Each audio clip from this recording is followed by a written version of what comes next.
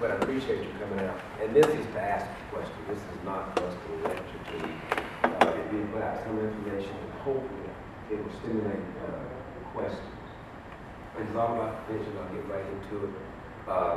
Question is, why don't you leave things alone? What's the big deal? We hear you got over $2 billion in the bank. Why are you going to mess with it? It's true, it is over $2 billion in terms of the assets. That's today. So we're not working for something today. We got to make sure that 10 years, when you leave 15 years, 20 years, 30 years, that what you are entitled to today. Now a lot of folks say, well, this is Detroit, is this Chicago? No. So I'm not going to try to frighten anybody. But the key is we don't want to be Detroit, we don't want to be Chicago. We don't want to be in court with some judge deciding whether we pay pensioners, whether we pay employees, which is where those two places end up, and they're trying to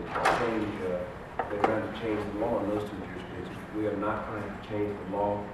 And the first thing I want to get off the table is that if you're vested, that is not going to be touched. That's Tennessee law, even if you wanted to. If you are vested in 10 years, you're in the pension plan. That's it. That was Michigan law too. The what? That was Michigan law also. That's the point. Now that's a good point. Hey, what's your name? David Street. Mr. Street said that was Michigan law. Right. It was Michigan law. It was Illinois law until yesterday when they changed the law. We don't want to get there. So I'm not going to try to frighten you back. Because we have an opportunity, if we start now, we don't even have to deal with that kind of stuff. But go back to my point. If you're vested under Tennessee law, you got what's promised to you back whenever you came in. So we're not talking about changing those who have been vested. Why do we have to change? This is not something we were ran out of stuff to do. Let's go take around the pension. The state attorney general, state comptroller rather, has said, look, you got to do something about that unfunded liability. Mr. Cotton is going to tell you what all that means in just a minute. We just went to the rating agencies. We had to refinance some debt. We were AA2 stable, but they moved it from AA2 stable down to AA2 with a negative outlook, which means they're sending a signal. Now they said there were 3 or 4 things the reason they're changing our bond rate. And 2 of them, of course, were pension, what we're going to talk about today, and the post-employment, the retiree benefits, and the amount of money that we borrow. So we're getting hit from everywhere. The legislature, they've told us that they're going to make some laws this year in Nashville, over which I have no control. I don't know what they would look like. They're going to start coming up with a remedy for us. So you mentioned, Mr. Street, that the law is one thing. We have an opportunity now to remedy this with the law as it is. I don't know what might happen in Nashville. I don't know what they might do to pension, but I don't even want to get caught in that. Let's go to work and come up with something that we can maintain, keep them off our backs. Now, why did all this liability come about? And Mr. Collins will get into this. Basically, in the pension plan, you have a defined benefit. Regardless of what the investors make, we have to pay the same amount of benefits. In other words, the 8% that you put in, 6% that the city puts in, those funds are invested. When it's good times, like right now, we're getting 11%. A little bit less than that, but We're getting good return. But we'd have to get the same returns for 13 years in a row without any change. Just say, well, we don't have to do anything. For us to fill that gap, we'd have to get precisely the same returns. That's not going to happen. So there's a gap they call the unfunded liability, which is based on how much do you owe and what are your assets to pay it off. Assuming everybody came in and said, I want a pension. I want my money. There would be a gap between what we have on hand, the money we could pass out, and the money we owe. And the government is saying, you gotta fill that gap. This is where you come up with this. We say, our actuary say it's 700 million. I think it's the Fire Association says it's around 300 million, somewhere in there. Bottom line is, whoever number it is, there's a gap in there that's gotta be filled, and that's what this is all about. So why don't I turn it over to say a little bit of my voice, and we'll come back to questions. Brian Collins will talk a little bit more about those numbers, and we're going to be very brief because we want you to ask questions, and we'll stay and ask questions.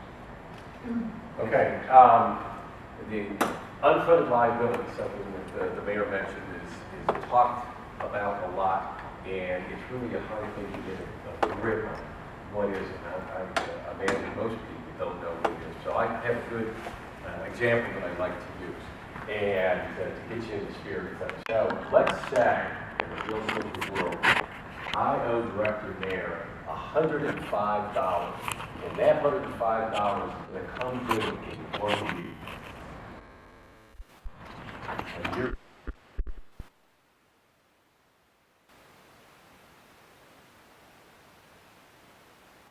are we both that I'm going to have that $105 1 year from now?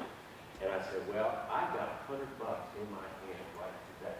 Not 105, but $100. But we also agreed that the interest rate, I could go put that $100 in a savings account is going to earn 5% guaranteed.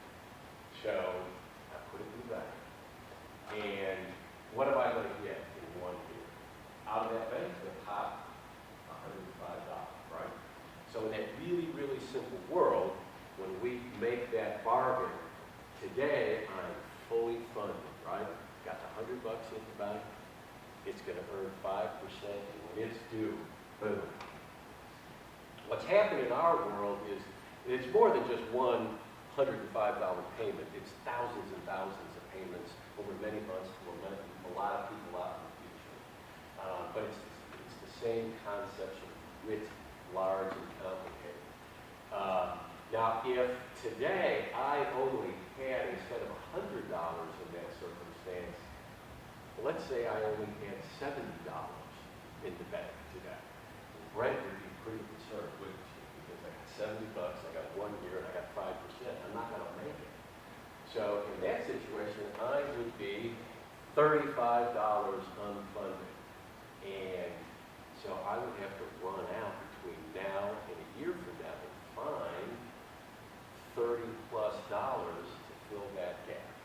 So those are all pretty small numbers. Roll all of that back and imagine instead of having a $35 gap, you had a $700 million gap. And that is pretty much where we're at today. The mayor just mentioned that there's some disagreement about whether that is $700 million. I would submit to you that it's $700 million. There's some range of disagreement, but everybody agrees that the number is really, really big. Now, in my small example of the money that I owe Director Mayor, I've got to come up with 35. How do I do that? What do we do? Well, over the next 30 or 40 years, what we've got to do is, rather, in addition to putting the normal amount of money that we put into the fund, we got to put a bunch of catch-up money into the fund. And what that amounts to is about $50 million a year more than we're already paying. And that is the nut, give or take, of the financial dilemma that we're in. I think the mayor pointed it out earlier. Today, and for many years past, employees more or less have been putting 8% in, and the city has always put in its 6%. What happened to cause this void, this $700 million void, was not a fulfillment of either one of those promises. That 8% is always going in from y'all, the city has always put its 6% in. What happened is that the market collapsed. that $100 that I had in the savings account at 5%, instead of earning 5%, it lost about 35 or 40%. And it went down with everything else in the markets back in 2008 and 2009. And we, along with all the other pension funds in the country, have not been able to recover from it. And if you open up the newspaper or watch the news, you see that all the time.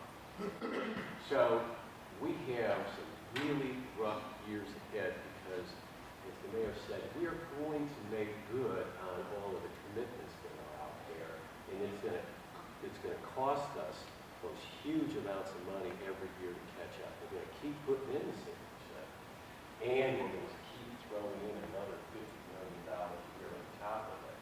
So over the next 6 months, as we line up for our budget next year, we've got a lot of hard decisions to make. But the other big decision that we've got to make is there's something about this kind of a plan that we want to ultimately get away from in the long run. You'll notice that what I just described, I like to call it's a blow up, where one day we're doing fine, and then the next minute the stock market tanks and we go out.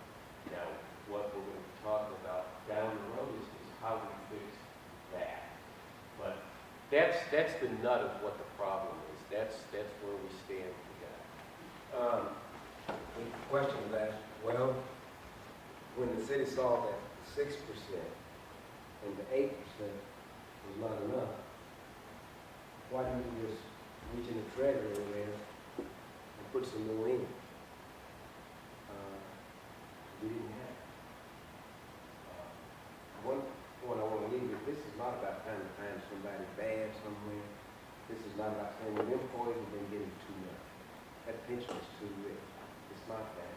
It's not to try to throw it back to Mayor Harrington, City Council, or whomever. None of them controls what happened in the market. There's some big things that happened that took the money away that we would have had right now. We could have topped it up once you put the 6 and the 8 in. We were putting in about 20 a year, 20 million.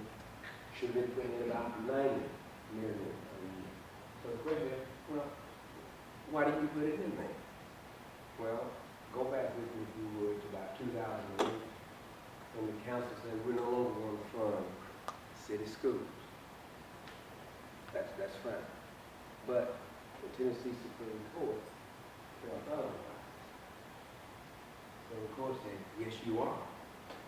So right when I took office, I came up with $64 million that was not built into the tax rate. Because when the council took out the student funding, they took out that part of the tax rate that was going to schools. But I still had to come up with that. We dipped into the piggy bank, the reserves, we borrowed 1 year, and the next year we still in the tight. Where did the money come from? Dip back into the treasury again, reserves, 4.6 from the employees, everywhere because of the council. And this is not an argument with the council. The council said we're going into a recession. Why are you going through a tax increase on people? In addition to that, we went into an appraisal year. We lost $26 million. Nobody's fault. Property values dropped. $26 million that we would have gotten in property taxes because all the foreclosed homes boarded up homes. So again, I want to make sure that you don't go out of here saying, well, he said we were getting too much, or the council are bad people, or the mayors before him or himself, they went out and did something mean. Even if we could find some mean person who caused this, what would we do? We couldn't tell him or her, hey, we're $70 million short. Give me that $70 million. That's not going to get us anywhere. The key is where we go from here to make sure, not that things are okay today, because we've not missed a payment to the beneficiary, to the patient. But that's not what it's about. We're looking at 10, 20, 30 years from now. The easy thing for me to do is say, you know, it's okay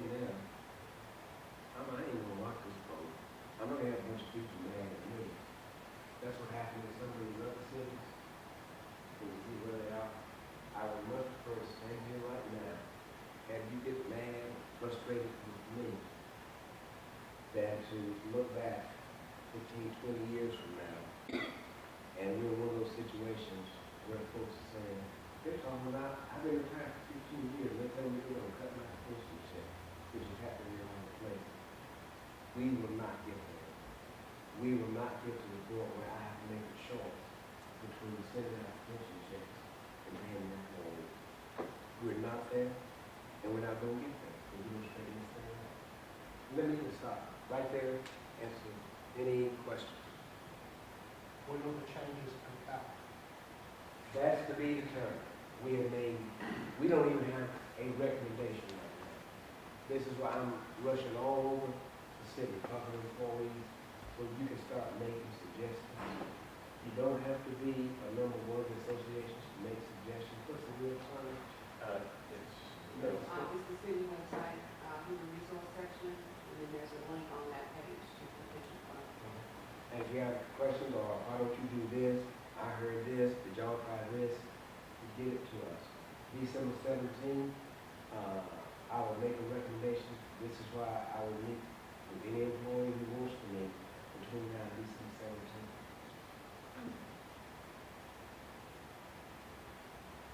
If all of us invested people are not in your plan any longer, we take our money out, does that make your plan even weaker?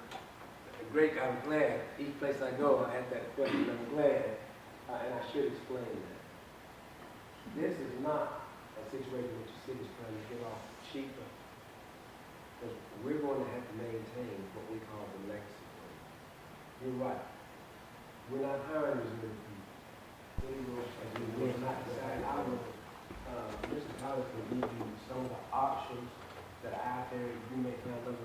Brad, why don't you just touch on like the cash balance? Yeah, there's several options that are out there that we're looking at and considering. The three big ones are a defined contribution plan, and that is what you probably heard the most about, which is the kind of plan that most private employers have. It's a 401k type plan where there's a contribution by the employer and employee, and that it's invested then the employee would decide how over time to invest that money. There's another plan, a couple of other plans that fall into a category of what they call hybrid plans, where it's different mixes of a defined benefit plan, but a much narrower defined benefit plan combined with a 401k type plan, so that the employee can invest some of his or her own money, and then on the other side there is a defined benefit, but it's a lot smaller than typical plans today. And there's a few flavors and variations in between there. But that's the basic nut of it, as opposed to the defined benefit plan, which we have today, for contribution to the plan and a defined benefit.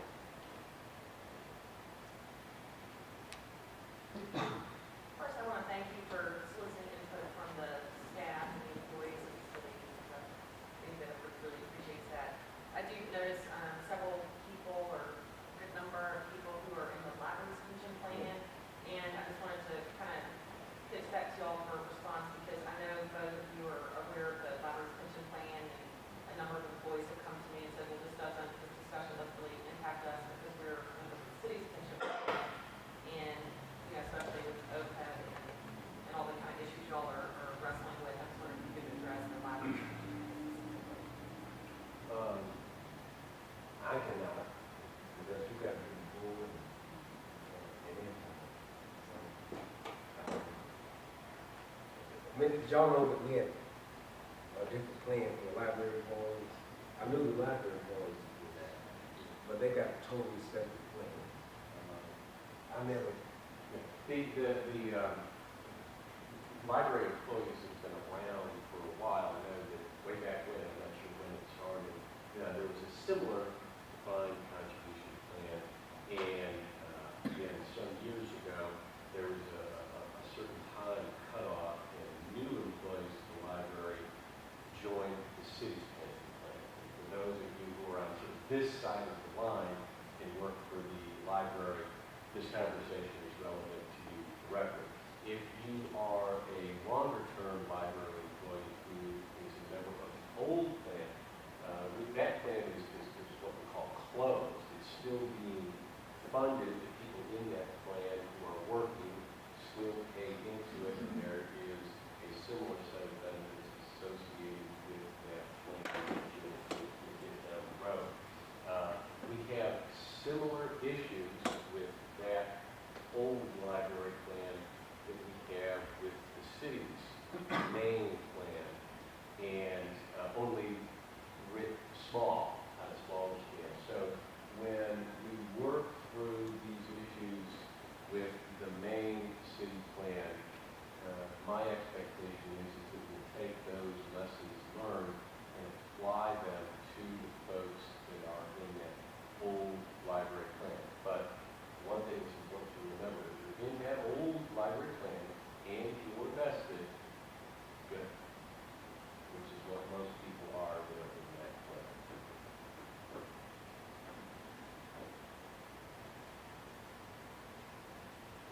Yes, sir. Question for us tomorrow, will it be anything department specific when you address public safety tomorrow? Sure. From here? We're saying the same thing everywhere we go. They got me on camera there, so I can't go to one part of town and say something. I've rehearsed this. It's good to say, but no. Well, we're not going to get into, let me say this. You will never get me into, well, these groups of employees, they're different, so they need a better outcome. And if you're on the city payroll, everybody's equal, so we're all in this together. Come on,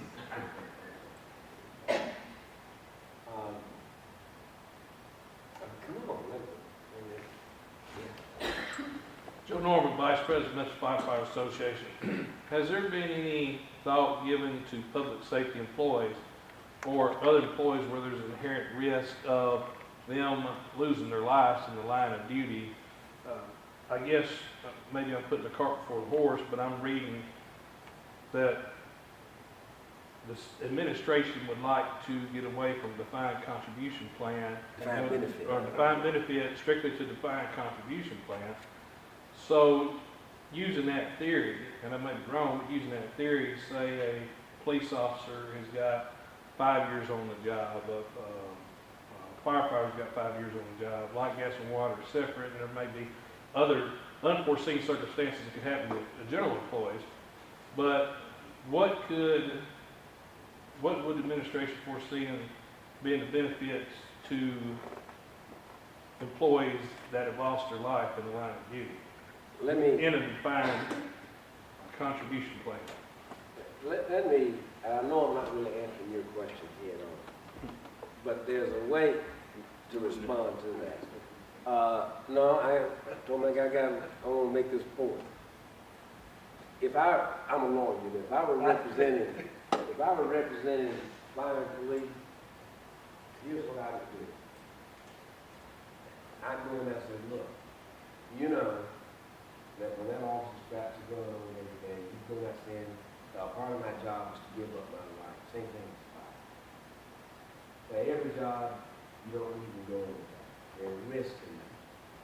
Well, what's killing us on this pension thing is not what we have been paying in this salary, it's this guaranteeing this investment. I would simply say that the pay scale ought to be adjusted. So that those employees can take that pay differential and invest it as they wish. That's how you deal with that. Payroll didn't get us into this. It's putting $10 in and saying that regardless of what happens, we're going to give you 15 for every 10 that we put in. That's okay if you got a big interest rate going. But if we put $10 in and say we're going to give you 15 for every $10 we put in, and the market, that's what kills it. So that can be addressed, but I don't think you have to address it through the pension, is the point I'm saying. And that wasn't direct, but that would be the way I would deal with it. Matter of fact, and there are a lot of experts who say that rather than monkey around with your pension plan, where you've got different people getting different things, that ought to be negotiated in your pay scale.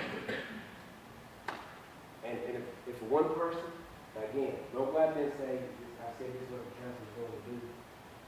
If I were a king, that's what I would do. I'd get this over very quick. I'd get it over very quick when it comes to the job that have those inherent risks. We sit down and we negotiate the differentials in pay. And that would cut out all that gambling on the pension. Because that's what we do.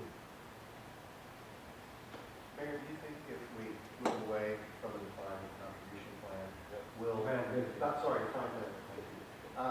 Will we become part of the Social Security system? Will we pay into Social Security and becoming part of that? Which we know one day. But it doesn't matter. Oh, sure. Quentin Robinson, Human Resources Director for the City of Memphis. Well, our task when we redesign our plan would be to design a plan that would be a replacement for Social Security. So our expectation is that the plan will have sufficient contribution levels and a sufficient retirement income that it becomes a substitute for Social Security. So we wouldn't automatically go to a defined contribution plan and add Social Security on top of it. Mr. Malone? You knew I couldn't sit here. Mr. Mayor, we've done a lot of research, and regardless of our plan versus y'all's, forgetting the money side of it, has the administration taken a look at some of the problems the other states, cities have encountered by going from a DB to a DC on recruitment and retention? I know Little Rock, they took their general employees and put them in a DC system and kept fire and police in a DB system. They are now trying to go back. West Virginia did the same thing. Alaska is now looking at, they had $88 million go out of their pension fund after the events occurred. So have we looked at those type things from the standpoint of recruitment and retention of our employees? Because in a DC system, they are very mobile.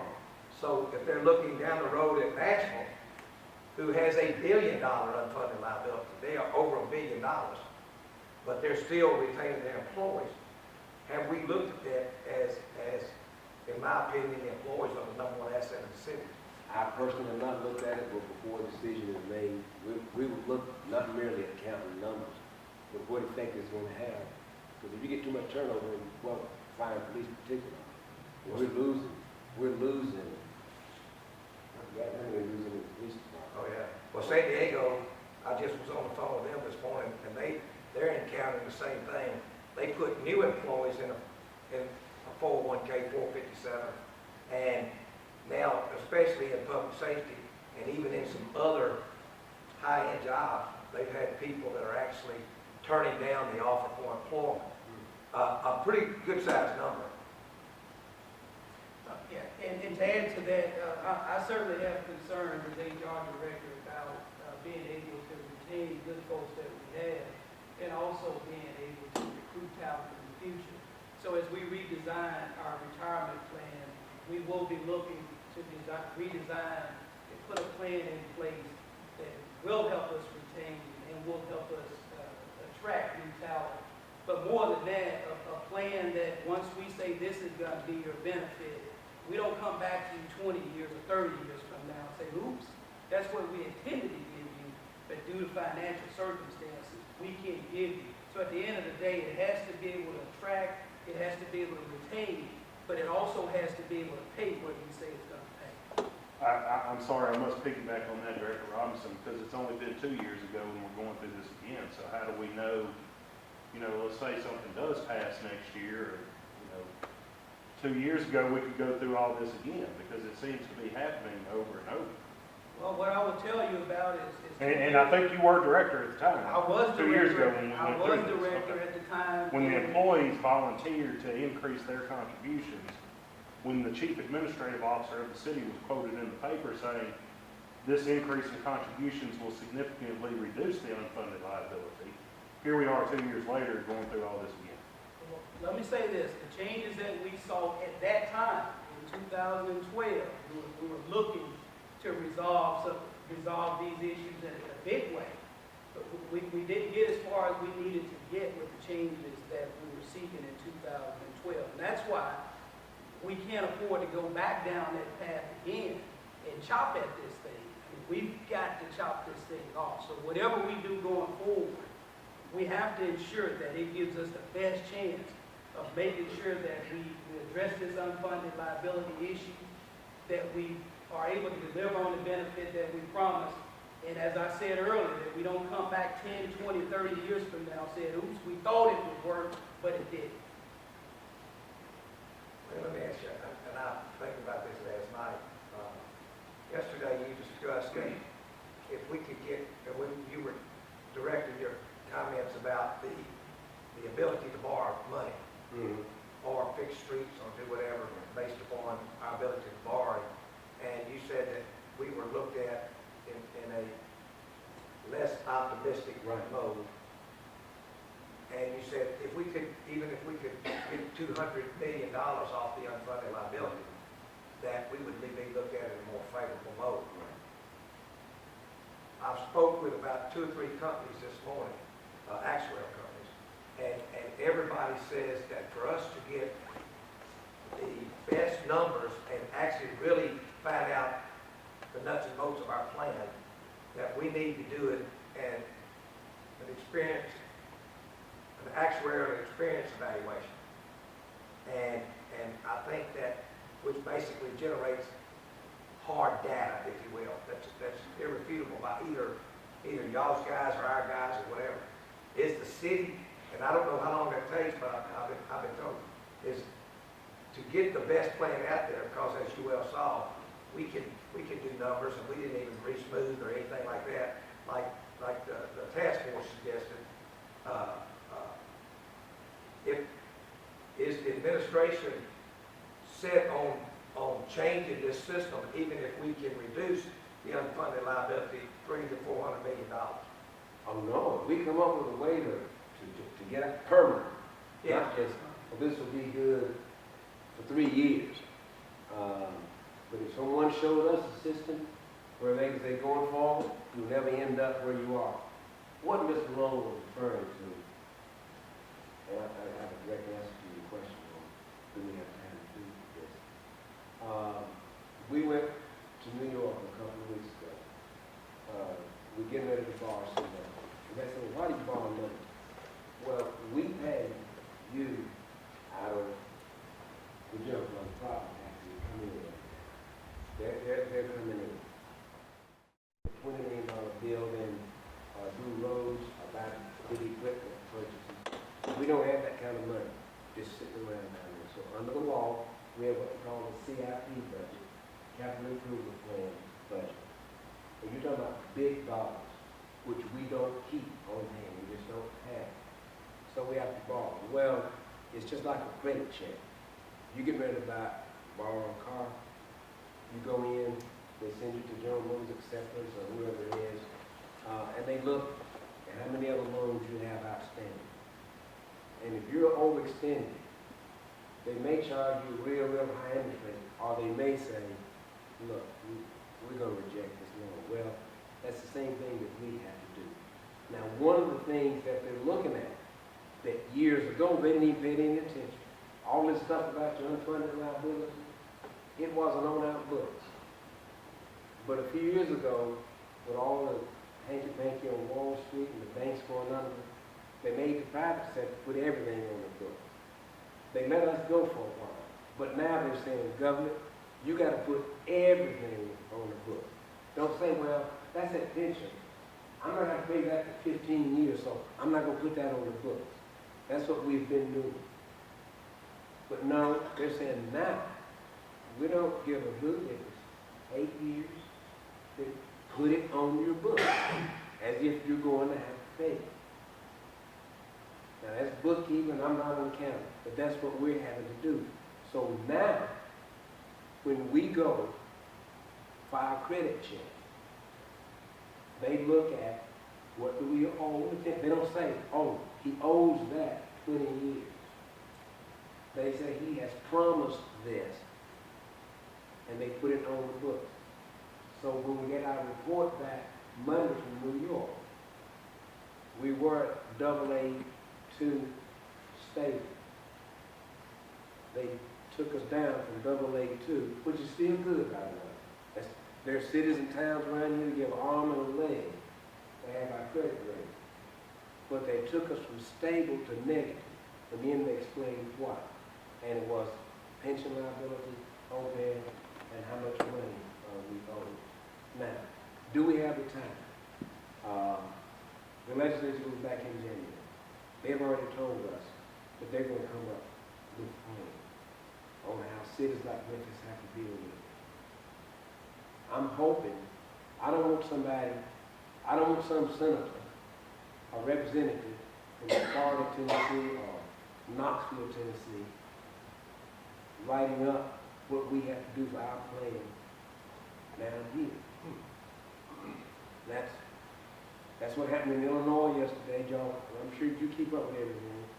They went in and changed the law yesterday in Illinois, to say that you can reduce pensions even if you're vested. Which is being challenged. Yeah, but And I think if you keep up with it as well as I do, that the bottom line said, that judge's opinion will be overturned. oh, look, let me tell you, if that's the law right now, Yeah. to let judges know, we don't even want, why do we even want to get there? We've got a chance right now to come up so we can say to the folks in Nashville and the folks in New York, look, here's how we're not trying to straighten this out in 1 year.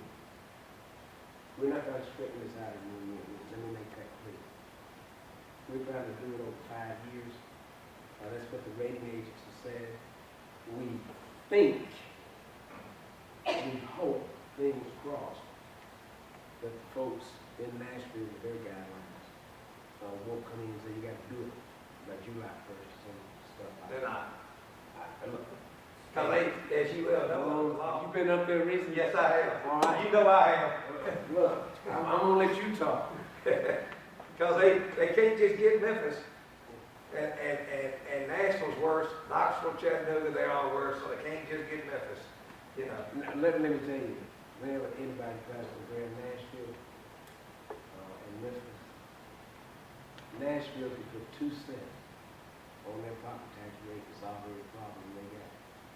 The average property value of that is 98 below 100,000, value is 66,000. Nashville has more float room than we do, all that good stuff they got up there. They can solve theirs.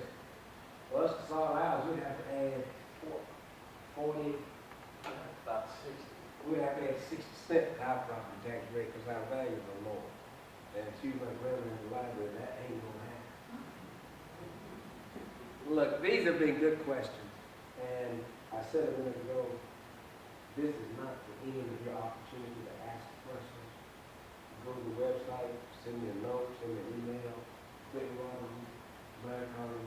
If you have suggestions, you read this, you hear something somewhere, send it to us. Again, let me just make it very clear. Before you quit, I wrestled with this.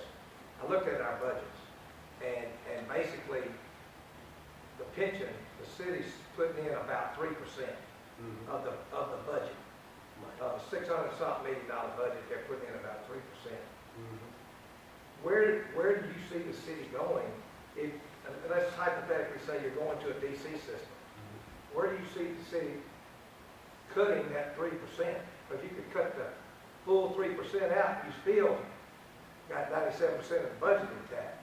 So where do you see the city going with that 3% in a defined contribution? Because you are, I'm assuming, planning on putting something in the defined contribution. Yes. So where would you save on the percentage of payroll? Where would the savings be? The savings is up there cutting away that big unfunded liability because you close this plan. We start benefiting from the day you show that that big number, that dark cloud, isn't getting bigger. That makes that strength of our credit and everything. We're going to have to grow our way too. We got to start investing, building more. We got to grow. I mean, that's just one thing. Right now, we get snuffed out. But again, that's why I said a minute ago, Tom, that this is not a way the city wanting to get away cheap because Mr. Street's question, I believe it was, we got to maintain the old plan and then we're committed to contributing to whatever we come up with. This is not we're out of it. No benefit to city employees. We're not going to give you anything. It's just that we're not going to guarantee the performance of the stock market. So this pretty much centers around the unfunded liability and the city's ability to be able to borrow money. That's part of it. Right. And then too, you have to look at the portion, how much of our general fund is being spent on pensions and benefits and all that. 3%. And also, just to piggyback on that, the Firefighters Association has produced a website, memphispension.org. You can go there and look at a lot of this information also. Listen, thank you all so much for your questions and attending. Have any other questions? shoot us an email, give us a call, go to the website, you can answer all of it. We really appreciate your service. I would much rather have something else to deal with. I'd love to be going around to all the employees this time of year, passing out Christmas cards and fruit cake. This is not a trophy. How about brownies? Let's go with brownies. He's dating himself now, man. Frozen turkeys? I don't expect to win any friends on this, but it's medicine that we got to take. Y'all didn't get us into this. This didn't just happen. Oh, last year they screwed up. That's what happened. This is built up. It was beyond. There's nobody in this room to control profit values. Nobody in this room to control the recession, stock market. Nobody in here to control what the state Supreme Court said. And then too, if you look at how old this plan is, this plan came in 1948. 1948. These weren't living as long then as they are now. And that's when this plan was designed, back in 1948. So it's just, again, it's not some bad person out there that did something to me. It's just a Well, it was just 2 years ago, right? 5 years ago, it was 104.5% funded. right. So we've just encountered this within the last 5 years, which is recovering. Right. And it's because, but nobody really bet it's going to stay. Oh, yeah. Now, everybody's betting that we're gonna be better than 7.5%. Ah, come on. Oh, we're making 16% now. This is how we There get. you are, I better run back to the office and check on it. The year to date, it's almost 16%. Listen, I guess y'all say that guy's like Scrooge runs in the house, knocks over the Christmas tree, and then says, "Y'all have a Merry Christmas." But seriously, we appreciate your service. We really do. This is all about the people. We've got a good city government. We're great employees. We value what we're trying to do is to avoid bad things down the road. This is why I didn't come in here, try to panic anybody. It's not about that. It's just that, look, down the road, we can't guarantee what has been caused. Thank you all very much.